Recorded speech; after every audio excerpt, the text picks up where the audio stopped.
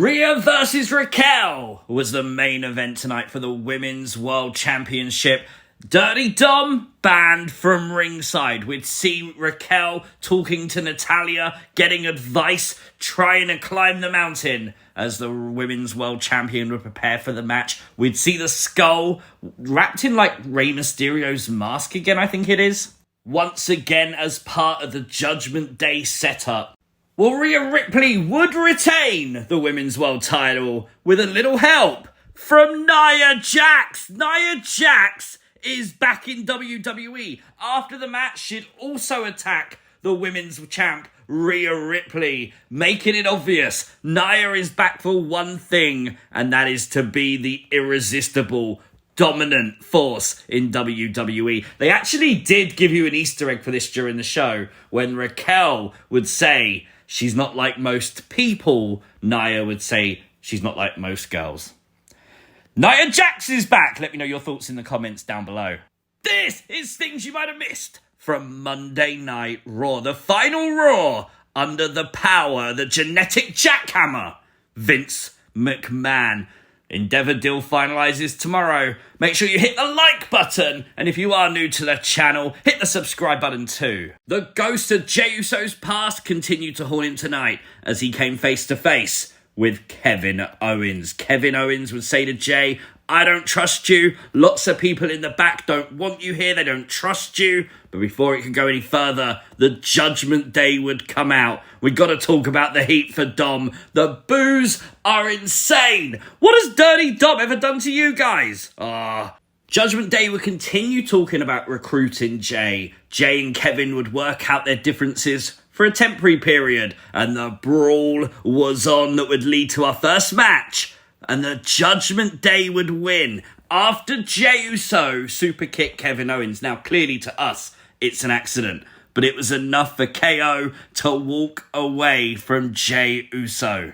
Not accept his apology and still tell him, go and find your new bloodline. They're in the Judgment Day's locker room and dye your hair purple.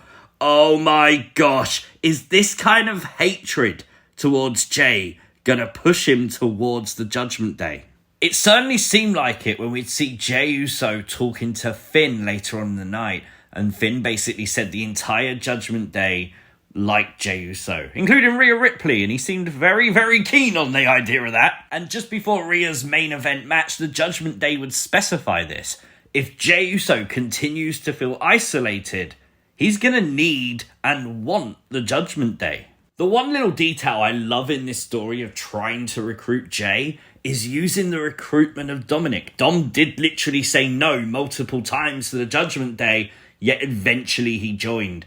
And that's what I think they're setting up, is no matter how many times Jey says no, there's still a chance. It didn't take too long as Jimmy Uso and Jey Uso's new theme songs are available now. Which one's your favourite? Let me know in the comments section down below. The Intercontinental Champion, Gunther, had his championship celebration tonight with pyro, with pillars, everything was going on. I can't lie, I'm very surprised WWE did the pyro that close to the front row. Oh my gosh. It did look really cool though. My only criticism, where was the party hat? It was a celebration. Gunther would disrespect the legends that have previously held the IC title by saying they never bought anything to it, but it would be Chad Gable stepping up to Gunther, saying that he saw the look on his family's faces. He won't do it again. He won't lose again. He doesn't know how, when, but he will get another shot at the IC title belt. Otis would come down helping Chad in the brawl, but then so would Tomasso Ciampa. This was set up for our penultimate match of the night, a 6-man tag. I've got to admit, I loved Otis's idea better, which would have been a 6-man tag team carnage match. It sounded more brutal, but Chad Gable did very quickly specify that's a 6-man tag. Chad would get Giovanni Vinci in the ankle lock, and then Ciampa would make Gunther watch as he tapped out. Now, if you didn't know, the move that Ciampa's doing here is actually the Gargano escape. Johnny Gargano's submission move. Easter egg, maybe? The NXT Women's Champion Tiffany Stratton and Becky Lynch signed the contract tonight, making their championship match tomorrow on NXT Official. Can't wait for that. And don't forget, tomorrow night, the fallout of Bron Breakker crushing the skull of Von Wagner. Can't wait for that. Massive NXT tomorrow for sure. We had a match tonight between Drew McIntyre and Xavier Woods. I love the setup for this when they did the backstage earlier today video, watching Xavier Woods get under Drew McIntyre's skin, the disrespect, is Drew turning heel, all these questions floating around after the last couple of weeks. Very well built. And the two would have a really good match on Raw tonight, like probably one of the better matches tonight for sure.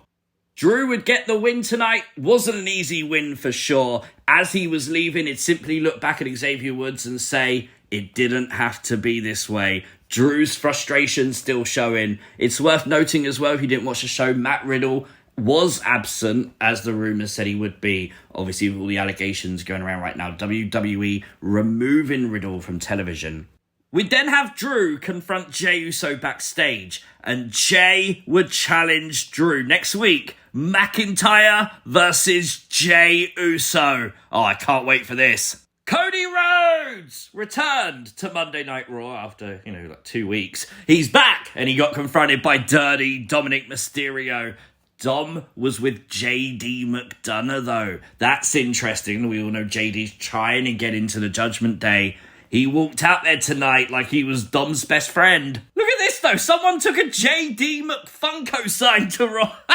Oh, I absolutely love that. Cody was able to see off Dirty Dom and JD McDonough. He literally sent them packing. And Cody Rhodes looks like he's going to revisit his old feud. Was it around Money in the Bank? Cody and Dom? Looks like they're going to run it back again. Piper Niven made her return tonight. Great to see her back. Was worried, with the whole curse of the women's tag title thing, but she's back. Obviously, Chelsea Green sort of putting her nose where it wasn't wanted. Shayna Baszler basically challenging Chelsea to a match tonight. Shayna would defeat Chelsea relatively quickly tonight, but it would be Shayna who needed saving as the 2-on-1 fight started. And of course, she would be by Zoey Stark. Of course, the two had a match last week. Bit of mutual respect, maybe. Could we be looking at future women's tag team champions? I've got to say, right, I think the two of them look great together. And I also like the fact we're making new tag teams. Please do more of this, WWE. We got another one of those really cool Shinsuke Nakamura video packages. Obviously, he spoke about he'll challenge Seth Rollins when he wants to. But all I kept thinking is now Shinsuke Nakamura has a katana. Drew McIntyre has a sword. In the future, can we have a WWE duel to the death?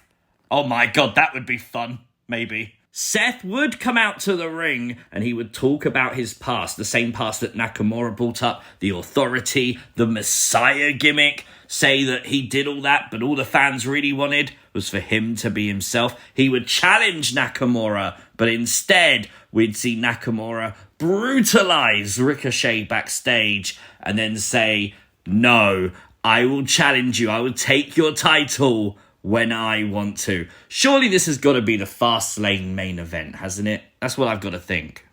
Well, this Raw's definitely going to get people talking with Nia Jax's return, isn't it? For me, I'll give it a 7 out of 10. It was an okay show. Let me know your thoughts in the comments down below. If you are new to the channel, hit the subscribe button, turn on those notifications, never miss another upload, like the video, share the video, and I'll catch you next time. Peace!